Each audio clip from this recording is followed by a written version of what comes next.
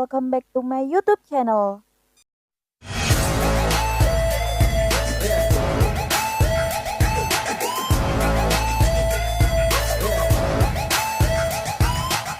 Konten kali ini tentang preview cepat The Penthouse Season 2 episode 9. Oke, langsung aja kita bahas. Di awal episode 9, Logan Lee berhasil membawa Naegyo pergi dan menyelamatkannya.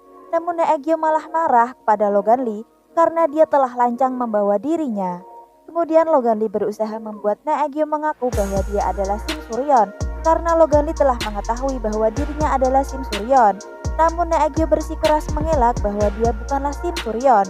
Kemudian Oh Yoon Hee memancing Naegyo dengan memberitahu tentang anak-anaknya, yaitu Sukhoon dan Sukyung. Oh Yoon Hee berkata bahwa Sukhoon dan Sukyung sedang merindukan dirinya, tapi Naegyo menolaknya dengan malu-malu. Kemudian saat Naegyo kembali, Jo Dang-tae telah tersadar dan langsung marah kepada Naegyo karena tiba-tiba pergi.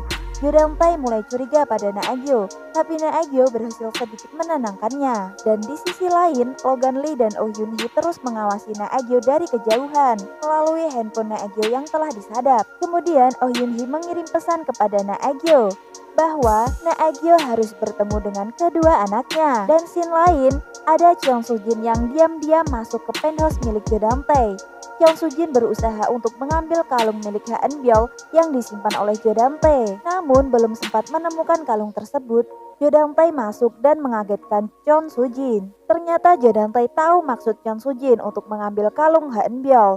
Akhirnya Jo Dang-tae marah kepada Cheong Soo Jin dan mengancam Cheong Soo Jin. Setelah itu Cheong Soo Jin pergi dan bertemu dengan Ha Yoon Chul. Di situ Ha Yoon Chul bertanya kepada Cheong Soo Jin apakah dia benar-benar akan menikahi Jo Dang-tae. Karena Ha Yoon Chul tahu bahwa dia sangat tertekan dengan Jo Dang-tae. Kemudian Cheong Soo Jin berkata kepada Ha Yoon Chul bahwa dirinya harus menikah dengan Jo Dang-tae karena untuk menyelamatkan Ha Eun Byul, dan memberitahu Ha Yoon Chul bahwa Jo Dang-tae memiliki bukti berupa kalung Ha Eun Byul. Di scene lain ada Ha Eun Byul yang melihat gaun pernikahan ibunya. Ha Eun Byul sangat merasa kesal dan akhirnya menghubungi Sukhoon untuk datang menemuinya. Dan kemudian saat keluar dari lift, tiba-tiba ada 3 serangkai yang ingin kembali ke penthouse-nya masing-masing. Dan saat lift telah terbuka, mereka melihat Ha Eun Byul bersama dengan Sukhoon berpelukan. Melihat itu, mereka semua terkejut. Padahal Cheong Soo Jin bersama dengan Jo Dang-tae akan menikah, tapi mereka malah berpelukan. Namun Sukhoon tidak memikirkan mereka dan pergi meninggalkan mereka. Mengetahui kejadian Ha Eun Byul bersama dengan Sukhoon, si mulut ember memberitahu Jo Dang-tae.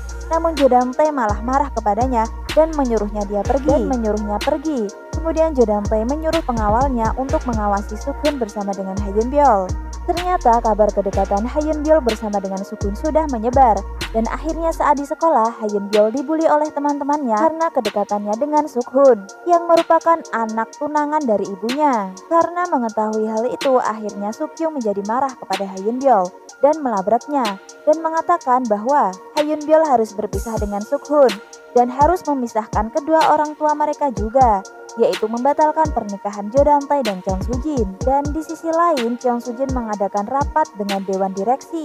Di sana Cheong Soo Jin mengadakan voting untuk memilih siapa yang akan melanjutkan menjadi direktur SMA Senikyeong-a antara dirinya dengan adiknya. Dan hasilnya ternyata Cheong Soo Jin lah yang memiliki suara terbanyak. Salah satu anggota dewan menjelaskan bahwa almarhum ayah Cheong Soo Jin mengatakan bahwa apapun yang terjadi ke depannya, jika ada hal seperti ini, mereka harus berusaha agar Cheong Soo Jin lah yang tetap menjadi direktur di SMA Senikyeong-a.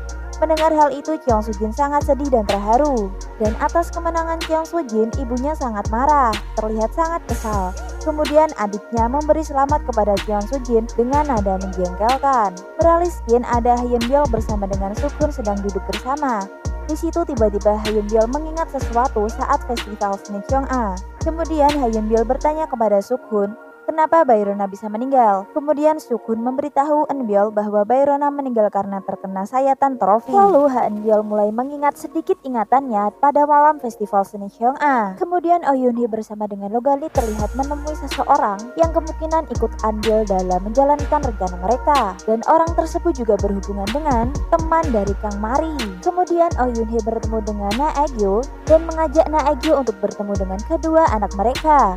Dan saat si kembar datang, Oh Yun-hee pindah meja dan Na Aegyo hanya mengamati mereka dari kejauhan. Di situ Oh Yun-hee memberitahu si kembar bahwa ibu kandung mereka masih hidup dan menunjukkan foto dan mengatakan bahwa ibu kandung mereka kembar dengan ibunda Sim Suryeon. Namun Sukyung malah marah dan mengatakan bahwa ia tidak peduli karena Sukyung kesal karena ibunya tidak datang saat mereka benar-benar membutuhkannya. Di situ Na Aegyo yang melihat dari kejauhan pun menangis karena mendengar perkataan Sukyung. Karena telah diberitahu Cheon Soo-jin mengenai kalung Haeunbyul, akhirnya Ha Yun-chul pergi menemui Jo Dan-tae karena merasa marah atas apa yang terjadi pada Cheon Soo-jin dan karena Jo Dan-tae memiliki kalung Haeunbyul. Dan saat ingin merebut kalung tersebut dari Jo Dan-tae, Ha Yun-chul malah dihajar oleh pengawal Jo Dan-tae hingga Ha Yun-chul tak berdaya dan babak belur. Di situ juga dijelaskan bahwa Jo Dan-tae mengingat bahwa dirinya lah yang telah mencabut selang oksigen milik Bayrona yang membuat Bayrona meninggal. Wah, ternyata di konten prediksi saya kemarin banyak yang benar ya guys. Lanjut, kemudian ada skin Haeunbyul yang sudah mengingat bahwa dirinya lah yang telah membunuh Bayrona. Bisa kita lihat,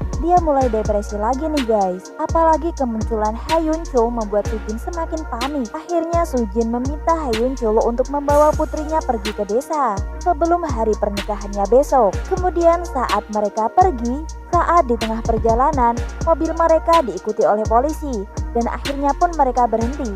Kemudian polisi menangkap Ha Yun-chul dan kemudian Haeunbyul terus pergi dengan Suk-hun. Dan di tengah perjalanan, Haeunbyul mulai mengingat semua kenangan masa lalunya dan terus merasa kesakitan di kepalanya. Lanjut, pada hari pernikahan Cheon Soo-jin bersama dengan Jo Dan-tae, terlihat pestanya lumayan meriah tapi terlihat wajahnya Cheon Soo-jin sangat membagongkan. Bisa kita lihat dia tidak tersenyum sama sekali, sangat-sangat tidak bahagia. Di episode 9 ini juga terbukti bahwa Na Aegyo sebenarnya adalah Bunda Sim Suryeon karena saat ia mandi, ia membuka wignya dan ternyata rambutnya panjang guys. Dan kemudian tato kupu-kupu di punggungnya ternyata luntur terkena air guys. Berarti benar, memang fix kalau Na Aegyo itu adalah Bunda Sim Suryeon. Bagaimana kelanjutan kisah Cheon Soo-jin yang menikah dengan Jo Dan-tae serta Haeunbyul yang mulai mengingat kembali ingatannya? Kita tunggu episode 10-nya tayang. Buat kalian yang kepo atau penasaran dengan kelanjutannya, kalian bisa lihat spoiler episode 10 di channel saya karena aku udah buatin buat kalian. Terima kasih telah klik video ini. Terima kasih telah tonton video ini sampai habis. Apabila ada salahnya saya mohon maaf yang sebesar-besarnya.